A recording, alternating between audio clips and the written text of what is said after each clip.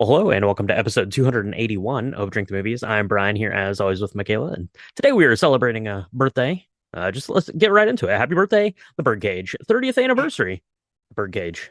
Michaela? Happy birthday. Yes, 30 years. 30 years of this version of Fossy, Fossy, Fossy and Twyla, but keeping it all inside, of course. 30 Keeping it all years. inside. Yeah, Did there you you see go. this in the theater? I'm gonna take a guess that you did not. I did not see it in the theater. I didn't see most things in the theater, though. To be fair, I did see it back around the time that it came out. But yeah, I definitely did not see it in the theater, and I don't believe I'd watched it again until just a couple of days ago. I don't really need to watch it when I have Michaela by my side, who will be reenacting the entire film for us as we go through the podcast today, no doubt. So what I'm going to need is some white wine, whether I normally drink white wine or not. We're going to talk about that. Michaela, we'll talk about your own journey with the birdcage here as we get into it. But before we do, cocktails. Let's do that. Take a break, and we'll be right back with this week's drink. I'm switching to white because the red has tannins. Tannins? Tannins?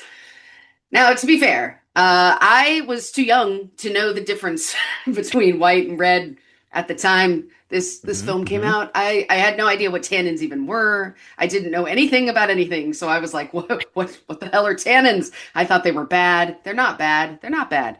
They make red wine red, and so if you don't want tannins, I guess tannins are bad in the mid 90s. I don't even know. I don't even know what the trick is, but apparently it's a whole big deal. Armand is accused of having an affair because he has decided to switch to white wine, and that's kind of what starts this giant kerfuffle at the birdcage. Uh, and so I decided to make a drink. I had to make a drink that was going to be like super like fabulous and audacious, but also had white wine in it. And I don't know how mm you feel about white wine or like wine cocktails in general. We've done a few. hmm We just recently covered the Odyssey, and Regal had this really interesting, like Pinot Noir cocktail hmm that we talked about. We've talked a lot about champagne cocktails. Tell me, how do you feel about a white wine cocktail that is not like a white wine sangria? How do you feel about it? That is not a white wine sangria. I do like white wine sangria, particularly if I'm in Spain. But Hmm. otherwise, they're okay. They're okay. Champagne cocktails are pretty good. Like I like a champagne cocktail every now and then. Wine cocktails, though, I don't generally drive with too much. Not that I have anything against them. Because the same could be said for beer-based cocktails. I don't really like either, and for me, it's more of like a mouthfeel kind of a thing. Just because like I don't know, it's something about like the thinness of the wine comparative to the rest of the cocktail.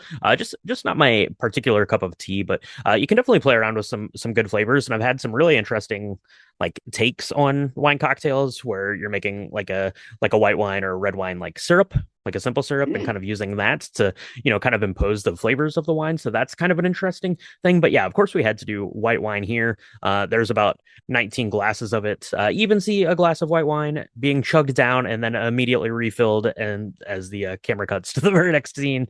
So we'll see. We'll talk about that. Maybe not. But today we're making what Michaela is calling my Guatemalanness, which is pretty good, and it goes like this. Into a shaker tin goes 1 ounce of white rum, 3/4 of an ounce of passion fruit puree. Real makes a good one. You could probably find it maybe in your grocery store. Otherwise, just some passion fruit juice is probably going to work, or any other kind of like, I don't know, passion fruity fun puree kind of thing you find, right? Mango, peach, something like that. A half an ounce of lime juice, a half an ounce of triple sec, or you could upgrade a little bit if you wanted to do some Cointreau or Grand Marnier. I don't think that is necessary here in this cocktail. If you just have a regular triple sec, I think that's going to work just fine. What I like to do now is go ahead and shake it in a tin with some ice, and then strain it into a cocktail glass with ice. And then we're going to float the Sauvignon Blanc, roughly 4 ounces, or just kind of fill up the rest of the glass there with that. You can kind of look at it and admire it because it's going to be beautiful. Because it's going to have like the fruity, like the orangey, like passion fruit kind of colored cocktail at the bottom with the white wine on top. But you're probably going to want to give that a stir to incorporate that a little bit there. Sip and enjoy. It's nice. Sauvignon Blanc, depending on where you get it. If you get like a New Zealand one, which are Lesser expensive and probably my favorite of the Sauvignon Blancs. Those tend to be a little grassier, and I don't think that that's going to play as well as like an American Sauvignon Blanc or a French Sauvignon Blanc, which is going to highlight a little bit more of the citrusy sort of notes there. So your mileage may vary depending on what exact Sauvignon Blanc you decide to use. Also, Pinot Grigio would work really well in this, I think, too. So there you go. Sip and enjoy. My Guatemalanness, Michaela. What did you think about this? What was the inspiration behind it beyond the white wine? Beyond the white wine. So I wanted something that was kind of just very fabulous and fresh because this movie and the play before it took place in it takes place in South Beach, which is like Palm Beach, but not really at all like Palm Beach. But it is on the Mm-hmm, beach mm-hmm, in Florida. It is a very tropical place. It's very flamboyant. I wanted something that would have a really nice mouthfeel because I'm with you there, like talking about kind of the thinness when you do any sort of white wine cocktail.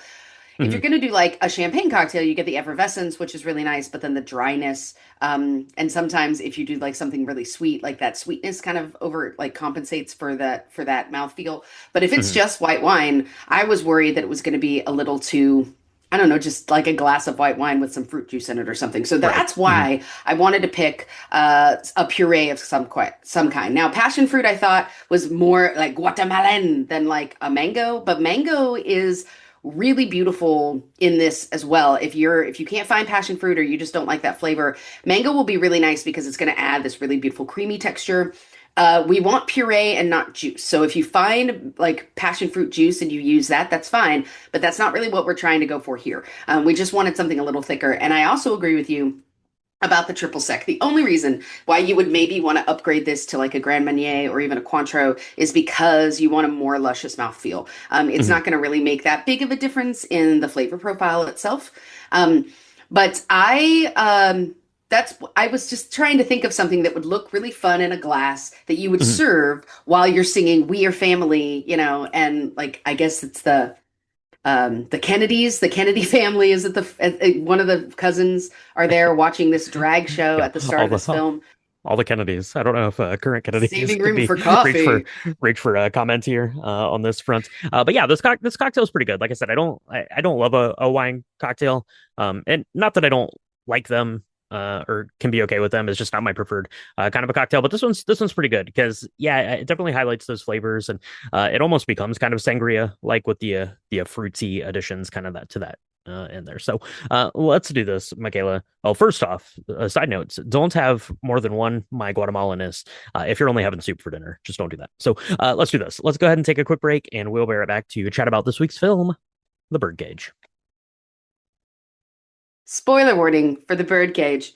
If you've not seen this amazing feat of comedy and gayness, you're missing out. Number one. Number two, we're going to talk about all the things. Now, there's a couple of different versions. We're going to talk about that too. We are talking about The Birdcage from 1996, that is starring Robin Williams and Nathan Lane and Gene Hackman and uh, a bunch of other folks. That's the one we're talking about. If you have not seen it, you really probably want to do yourself a favor and press pause. Go make yourself a My Guatemalanes and then go watch it and then come back and we can chat about it because we're going to spoil it. And I have a feeling if you haven't seen it, I'm going to ruin pretty much every moment that could have been great with my commentary. I'm just saying it right now. You don't You've even been need to warned. see it. Michaela's going to run through the whole movie right now in voice. Will her voice be as good as the voice of Hank Azaria's? I don't know. We'll talk about that too. This was released in 1996. Happy 30th birthday to The Birdcage. It was directed by EGOT winner Mike Nichols. I think there's been 26 people in the history of the world, maybe 27, 26 or 27 people in the world that have won the EGOT, right? So Emmy, Grammy, Oscar, Tony. Mike Nichols, congratulations there. He's directing this, most notably directed The Graduate, probably is the biggest of the films, but he's done a bunch of stuff. Virginia Woolf, a bunch of stuff.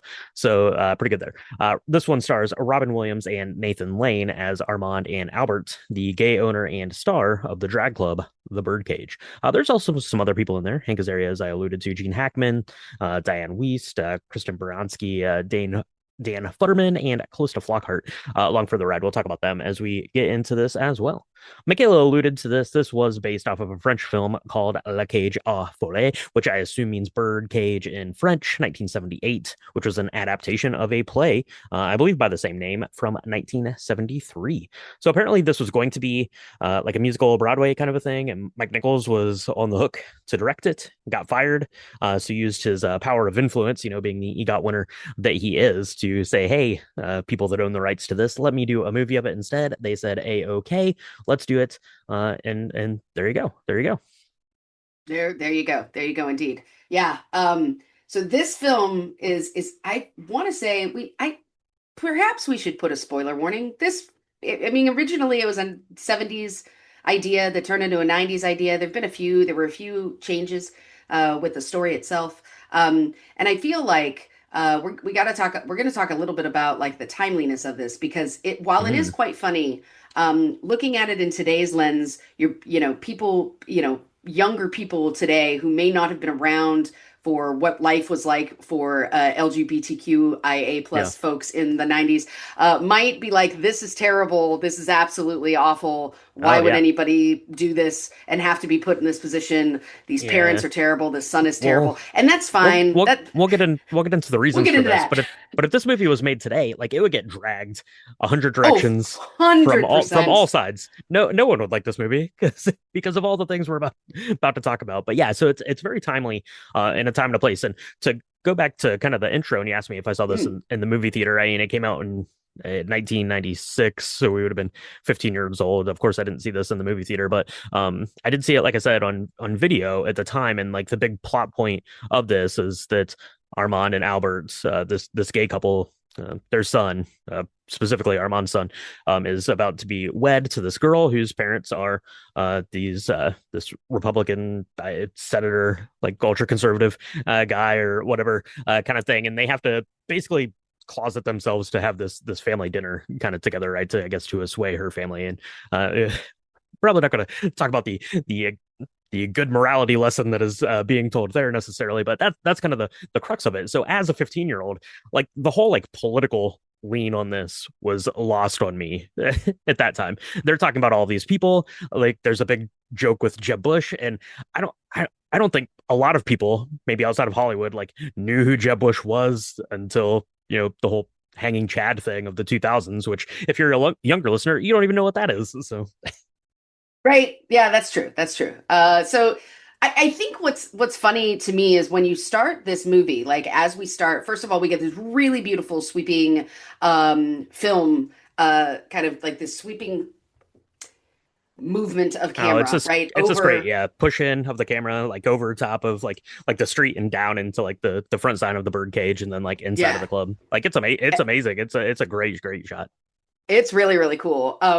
And shout out to Mike Nichols there. I mean, he's done a lot of things that I really loved. But this is really kind of neat because it was a play, right, that turned into a movie, La Cage aux Folles, and then turned into this film. And so to be able to take what was a very closed space as a play, right, and be able to introduce different scenery to it to add to the dynamic of it. There's a lot of really fun scenes that you could imagine would have been great in a play, but you would have Mhm. wondered how they would have made that work. So that's kind of neat. And the beginning is a great example of that because it's got this really beautiful sweeping scene. You go in and you're looking at it's almost like a one shot thing. It's not. It's not that, but it looks very similar Mhm. where they're following these people around, like gentlemen who have like food trays and people giving drinks, and Armand is there and he's kind of walking around making sure that everything is going smoothly in his club. This is a drag show club, so there's dinner happening, there are drinks happening, there is a giant drag show where they are all singing "We Are Family." It's a lot of fun, but the place is not without its problems. So Armand is played by Robin Williams. It's the one and only time I've ever seen him in a mustache. I forget that he's even like that his hair is dark. He looks very different to me than I'd seen him really before. Mhm. But he's there and he's like he's asking about Starina because there's this character that's supposed to go on and they're like, I don't know where she is, what's going on. And so he's trying to figure that out while like smoothing things over with guests and stuff. And I just love the shot of this because if you don't know what's happening and you don't know what the premise is, and the first time I saw this, I had no idea it was a play. I had no idea it had been a movie in 1978. I'm like just immediately entrenched into the show business Yeah, that is this thing, right? And little do we know, as audience members, Starina is the star of the drag show. She is the right in the most name. amazing Should have drag should, queen. should have figured it out. Should have figured it out. And Most amazing drag Starina, queen, played by Nathan Lane, of course. So when we finally figure out who Starina is, uh, Starina is like kind of on stage, like debating like whether or not to like get ready and go on. Of course, having some sort of a crisis there, Albert and Armand coming on, and of course it's Nathan Lane. So I'm like, I don't know, 15 years old. So I'm like, oh, that's Timon. Why is Timon running around on there? Because you can't unhear his voice there at that point. It becomes a little less Timon like. But in that opening scene, I'm like, dang, he's hammering on that Timon voice going on there. But yeah, I love the opening scene is so well like choreographed. And Mike Nichols, talk about how really wanted to kind of film this like a play with like minimal cuts and stuff like that. So it's so well choreographed, and Robin Williams is so great. Kind of smoothing all the things, kissing all the cheeks, shaking all the hands, giving all the hugs, kind of throughout there, and then we get back into that, and of course, Albert is very suspicious. He's like, I saw you were drinking white wine. We don't drink white wine. It's because of the tannins. There's tannins in white wine too. On a side note, but that's okay. That's okay. I digress. And of course, then we go up and we see there's this whole like play up of this white wine that's about to be happening, and then we get up and we meet Hank Azaria's character, who is playing a character by the name of Agador. where is his name? Why? It's Oh, there we Agador. go. Agador, the it's like he's like the Faithful like house servant. house That's what they call house him. servant slash maid slash chef slash friend slash confidant. Not terribly good at any of these things. But Hank Azaria is pretty funny. I mostly know Hank Azaria as doing voices for The Simpsons. Has done some other acting, but mostly voice actor, and like I said, primarily in The Simpsons. Very, very famous for that. But yeah, and we see the white wine coming, and we're like, oh, Armand, we're about to see this affair going down in real time, right in front of our eyes. But probably worse than having an affair is you're just having your son over for a drink, and you don't tell your significant other, who seems to be just fine with the fact that your son would be there having a drink. Yeah, so I love this scene because at first, Agador, right, is like he's dancing around to the Congo from Yeah, the Miami Sound Machine, right?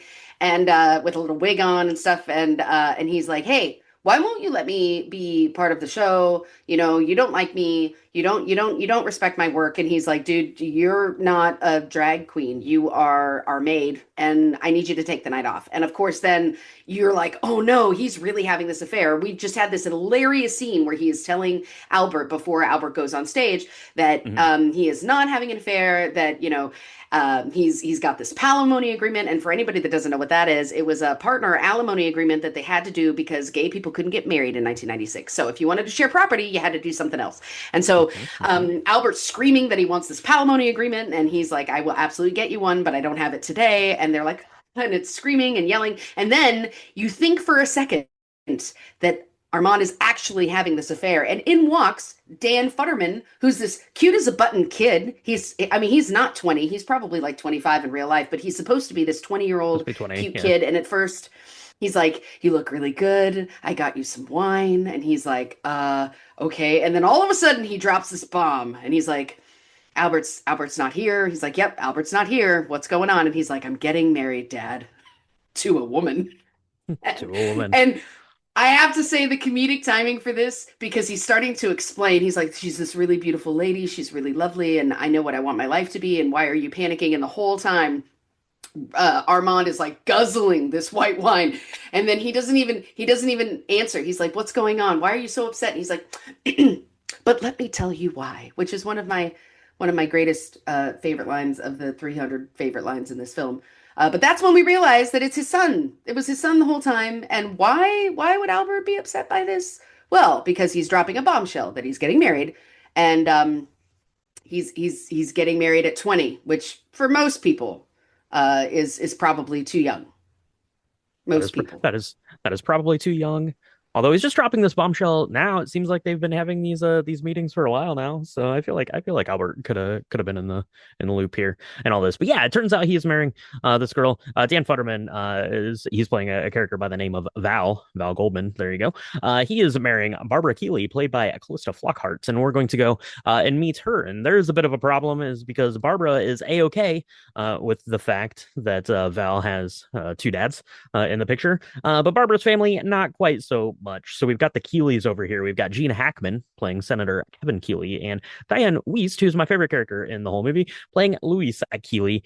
Keeps calling her Barbie, which is pretty funny. And they have this a real kind of fun banter because Barbara's telling them, oh, we're gotta go meet my fiance, gotta meet his parents for dinner, and making up like this whole convoluted story about how they're like the Greek like foreign like arts attaché Cultural and attaché to Greece. and yeah, exactly. So why are they not in Greece? Oh, they just got back in like one day, of course they do. And they live down in Florida, just right around the corner from Jeb Bush, I guess, is the governor of Florida, I guess, at that time. I don't even know what he was doing at that time because I was 15 years old. So um yeah, so they're going to go and have this thing, and then of course you get all this like funny bits, and there's some sort of like political scandal that Kevin Keeley is now wrapped up in. Like the only thing worse than the scandal is if it's a it's like an underage prostitute person of color, and that's of course exactly what it is. We're hitting the nails on the head, left, right, and center here in this. So we can't have any more scandals. No more scandals. Barbie, what are you doing? Your parents? It's not a good look, I guess, for them, for the religious right. Right. Yeah. No, I mean, it's interesting too because this relationship, and it really does speak, I think, to Diane Wiest's genius, right? She has won an Oscar. She probably could win a few more because she is so talented in kind of holding this part of that family unit together, right? Barbara wants to get married. She's trying to like explain what's going on. Louise is like freaking out. She's like, I can't believe you're even having sex, not let alone getting married. What is Yeah, going on? And Kevin is like, has he been tested? What's going on? Like he's much more pragmatic about it. But then he's yeah. like, yeah, well, you're not getting married right now. I don't have time for this. I'm up for reelection. Well, Like, yeah, and because then she's only what, like 18 or something, she's right? 18. Yeah, you're not getting married. Diane Not Wiest, getting married. nominated for three, one, Yes. or 1-2, Yes. sorry, 1-2, Oh, so two. three. So All right. pretty good. Yeah, Very good. Very good. Yeah. So,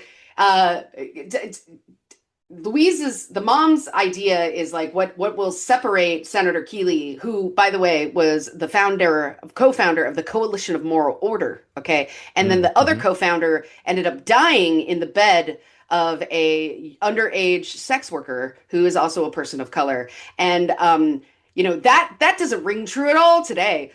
So they didn't hit the nail on the head there at all. But he needs to separate himself from that, right? Because he can't possibly be around someone else who has done something terrible. And so the last thing they need is to be like, we're going to marry into this group of theatrical liberal gay folk. That would be terrible. But Louise doesn't know that. She thinks that the dad is a cultural attaché to Greece. The mom is a housewife, which she finds really refreshing. And she's like, we're going to have a wedding. And that's probably the only reason they even agreed that they would meet this people for dinner. They probably would have been like, this wedding is not happening. You guys can run off into the sunset, but we're not supporting this. But the only reason that this even occurs is because Senator Keeley is so scared of being like dragged through the mud with his co-founder of the Moral Order guy that they're like, okay, let's drive from Washington or wherever the heck they are all the way down to Florida. And so of course there's shenanigans involved in them taking the trip, and Gene Hackman is so great at being just this total dweeb who's like cares more about getting reelected than about his daughter's feelings, but also is trying to like hide from the press, and then the press are trying to figure out where he's going and what's happening. So there's that whole kind of shenanigan. He like climbs out Meanwhile, the window, and they have he to comes. and the paparazzi see him, the media sees him, and he like has to like climb back up through the windows. That's pretty funny.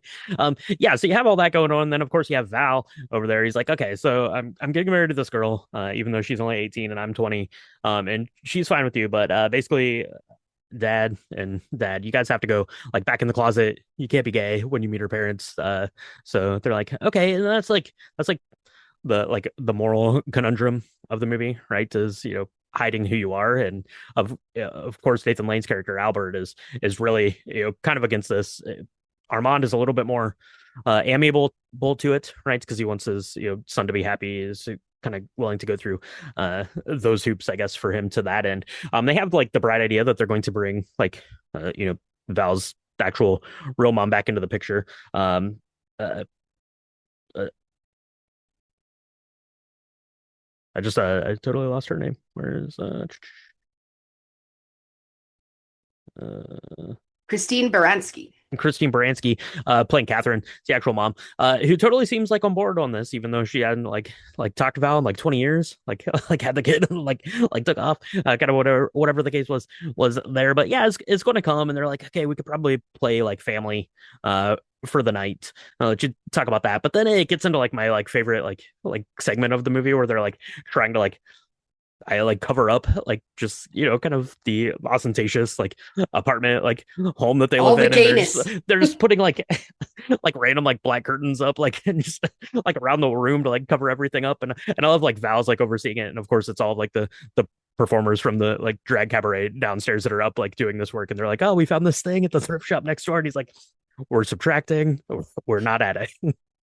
We're only subtracting. Don't add anything because they're like, oh, there's Playboy magazines, and he's like, Yeah, no, that's straight, right? absolutely Yeah, not. Yeah, straight no, people do that is that, not what right? we want.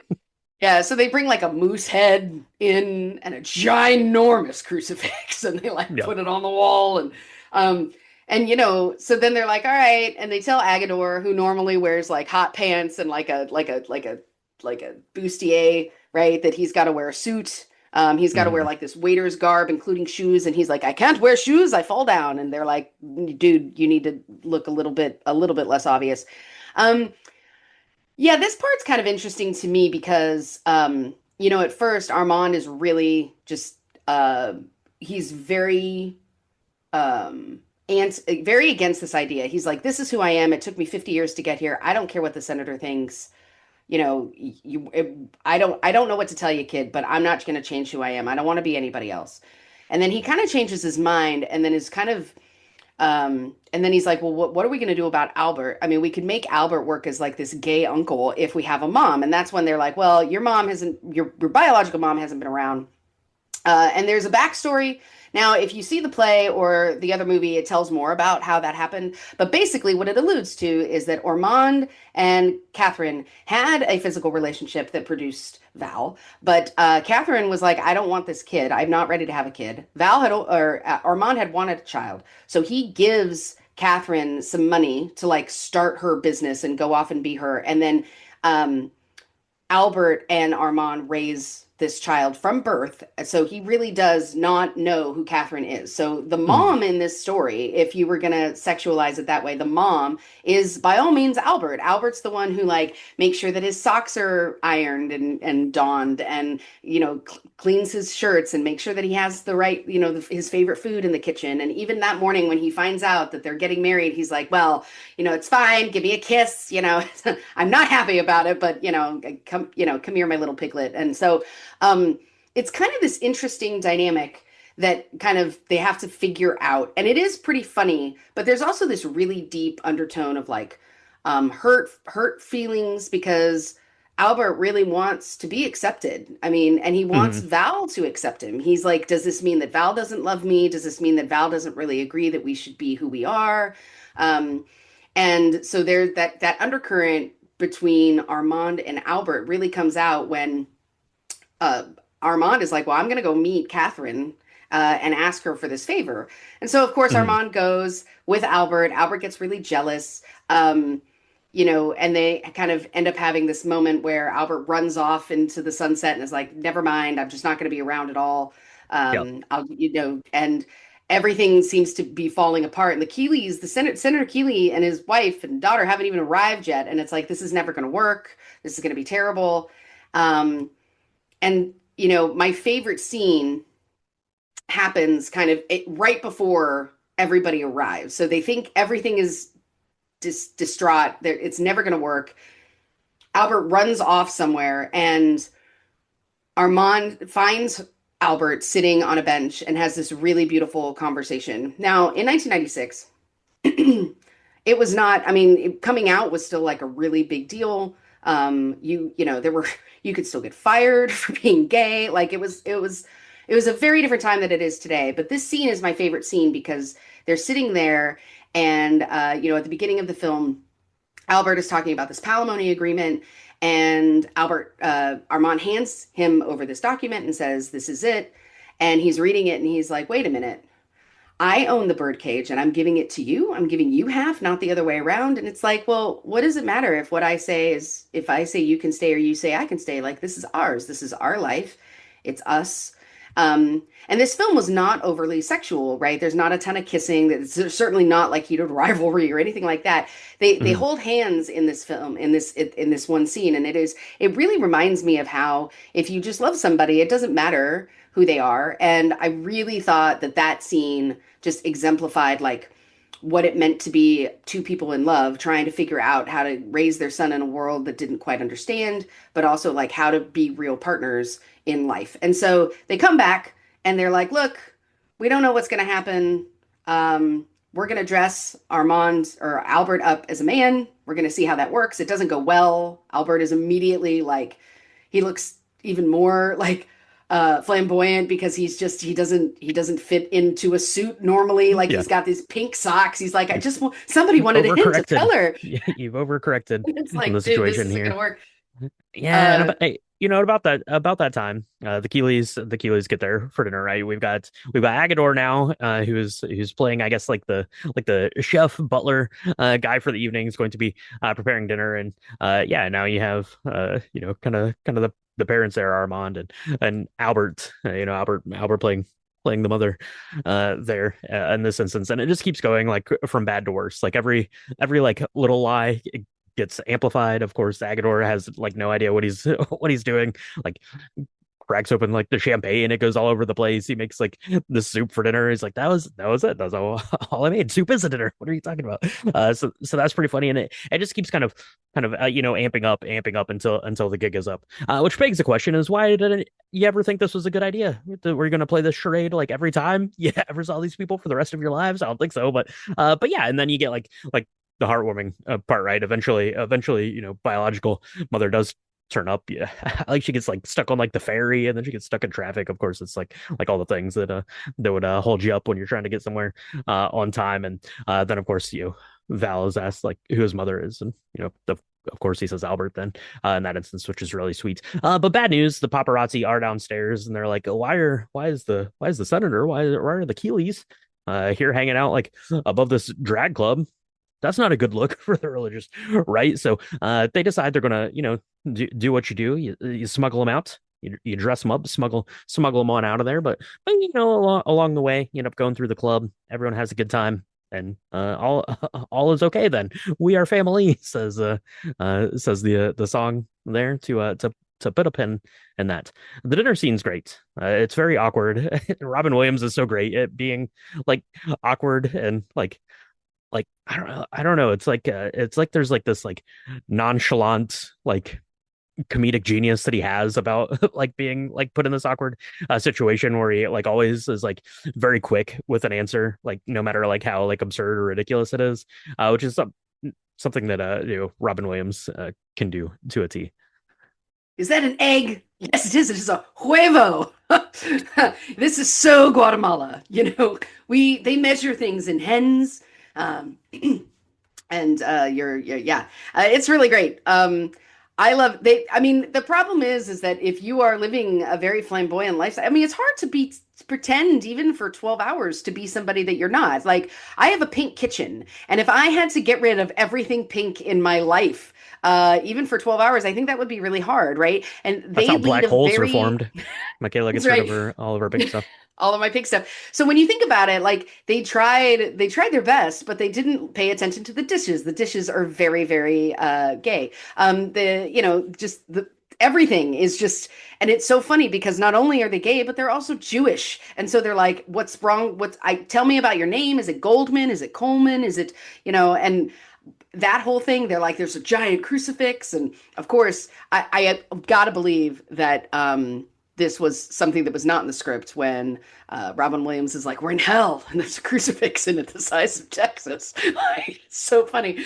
But yeah, when they end up getting caught, they realize that they are kind of surrounded by the paparazzi. And Nathan Lane's Albert has this great idea. He's going to dress everybody up as drag queens, and they're just going to walk out there, and no one is going to recognize them. He is right. He is completely right. His Senator Keeley's own driver is like, absolutely not. I'm not. He thinks this guy's like coming onto him, and he's telling him, he's like, meet me around the corner, and he's like, lady, not for $1 million. I'm not doing that. And so then they get married. And apparently all's well that ends well. They just decide to get married, and Senator Keeley figures it out. We don't know if he wins the next election, but we don't Probably really not. care. Probably And not. We don't care. But yeah, we don't care. But they have this like Jewish Catholic wedding going on. They've hmm. Christine is there. She's there dotting her I's. And then Albert and Val's dad, Armand, are bawling in the front. And all is well that ends well. And it's a beautiful story in the end. It just took some real crappy time to get there. It's It's a beautiful hilarious. story in the end. It is hilarious. I hate Robin Williams and Nathan Lane are hilarious people. Gene Hackman and Diane Wiest are hilarious people. Dan Futterman and Calista Flockhart are more or less kind of along for the ride here as they're watching these masters. I guess when they're making the film, I guess pretty much Mike Nichols was kind of running rehearsals and stuff for that, and basically just let Robin Williams and Nathan Lane just kind of go off the rip, and then kind of wrote the script more or less kind of around like what they were just like freestyling through there, which is exactly what you do if you have Robin Williams and Nathan Lane at your disposal to come up with your comedic lines. And then yeah, I mean you have this film. I've never seen the French film by the same name, so I've only got this one to go off of here. And it's very funny. Like I said, it would be like it would this would rub everyone the wrong way now. Like both sides, everyone would be annoyed if this film were to be made today. But it's neat if you read about like kind of like the cultural significance of it at the time. And at the time, most like major productions of stories dealing with different gay communities and things were dramas, were sad tales, stuff like Philadelphia, things like that. Were coming out of like the AIDS crisis and stuff like that. So this was more joyous than that, to shown a more joyous light. And a lot of people will point to this as like that, like the time that turned, which I think discredits a lot of people in the LGBTQ community, directors and writers and artists that were making joyous stuff. But this certainly was probably the most mainstream of those, kind of early successes to get stories like this out into the mainstream. Yeah, I have to say, so I my dad this was the film. This was the gay film that my dad watched where and my dad wasn't like, a homophobic in any sense really, but I think that this film, because it had the star power of Robin Williams, because it had Gene Hackman, because it was heralded as this really great comedy, it more I guess um more people that were not already exposed to that community were tempted to watch it for its Mhm. comedic value, and then realize that while it is a story that is now what we would consider really problematic in a lot of ways, the comedy part is really great. But again, that one scene where it's like, look, we're just in love, and we're just gonna do what we can do, and I'm yours and you're mine, and does it really matter who's who here? And um, does it really matter? I think that really touched a lot of people, even in a small way, because we now have, I think, the comedies that we have, and the normalcy of normalizing, like you can love who you want to love because of films like this one. Maybe not, this isn't the one, certainly, that did that, Hmm. but it definitely, in my own household, which was quite Republican in my teens, we loved The Birdcage. We all watched it as a family. Hmm. And so it was kind of one of those things where it was like, well, we say that we think certain things, but do we really? Because when we're confronted with it, we're made just uncomfortable enough to actually think about it. And I thought that that was something that is the reason why I love The Birdcage. I understand today that, like, if I ever saw anybody going home and telling their two dads or two moms that they had to be closeted again to, deal with their in-laws, they'd be like, get the F out, right? Like, that's never going to happen. How would you even ask that? But this was a very different time. And so for what it was, in the time that it was in, I think it's culturally significant, and really funny, right? It's not a total downer. There are so many uh, films that have taken note of some of the comedic traits, not only the physical comedy between Nathan Lane and Robin Williams, but just some of the quips, some of the writing, certainly some of the ways in which the film was filmed, Hmm. from play and other film adaptations that could also be considered culturally significant. Yeah, so if you've not seen this, I'm sorry, I probably spoiled all the things. Brian has been really trying to make sure that I don't tell every single line from every single scene, but it's really fun. Just go in with it knowing what time you're talking about, because if you're thinking it's present day, you're wrong, and I'm, you won't think it's nearly as funny as you would if you thought about when it was actually designed to be shown. I'm just the Armand of Drink the Movies trying to keep this ship on course, I think, as we go go through go through this I together. So pierced the toast. I pierced the yeah, see? toast. There you go. So that is the Birdcage. Yeah, it's really good. It's worth a watch. I do wish, obviously this had, a very political slant, which is totally fine, but it did, like I said, like the Jeb Bush is the big one, like marker of like that time and place. I wish they would have, I don't know, like made someone up so it wasn't like specifically like set to Mm. that time to would make it a little bit more timeless, I think, in that sense. But that's okay. That's okay. I really love that. And I really love here because Mike Nichols was like interviewed about it about the time it was coming out and about how like would that like rub the religious rights Republicans the wrong way, and he's like, well, soon enough they'll be beyond parody because they'll be so ridiculous. And boy howdy, Mike Nichols. So that is the Birdcage. So watch it. Let us know what you think about it. Let us know if you have a Birdcage cocktail up your sleeve. Let us know if you saw it at the theater. I think it was back out like a Fathom event kind of earlier this year for the 30th anniversary, which I think technically was in March. So let us know if you had a good cocktail that uh time if you made it out there, and let us know if you make up a my Guatemalanness, or if you have a really good wine based cocktail we should try. Maybe get me on board with those a little bit more. Let us know that. You can do that on our social medias. That's at Drink the Movies on Instagram, Threads, Blue Sky, and Facebook.com/drink the movies. If you want to see pictures of the cocktails we're making, recipes, episode recaps, all that stuff can be found on our website, which is www.drinkthemovies.com. Go there. There's links to all the stuff, the shop, the Drink the Video Games, and to our Patreon, where we do bonus stuff, hangouts, cocktail chats, behind the scenes stuff that is available on Patreon, patreon.com/drink the movies. And we appreciate our patrons so much. Michaela, the Birdcage is in the rear view window now, but we have a lot of stuff coming up. We're about ready to be into Oscar season, so we're going to be doing a lot of fun stuff here on the podcast and over on Patreon everywhere. So where can people make sure they're subscribed? They catch the two drops a week we're doing. We have a bunch of new movies still coming out everyone's way this summer. You can catch us on Apple Podcasts, Spotify, Good Pods, anywhere where Spotify podcasts are supported and distributed. As you said, Brian, we do 2 drops a week, our deep dives like the one you just listened to, or our lobby bar, which usually drops on a Monday or Tuesday, and it talks about everything that happened at the box office the weekend before, as well as new stuff that's coming out, and a simple cocktail that anyone, even you, can make that will promise to be at least educational, if not delicious.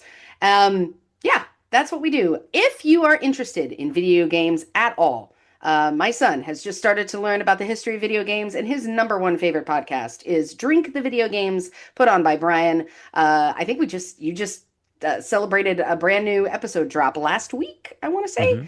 Sweet. Yeah. If you're interested in that, or you just want to hear more of Brian, which who doesn't want more of that, you should go check that out because I pop in for 3 minutes and talk about how I've never seen any of these video games, but here's a cocktail anyway.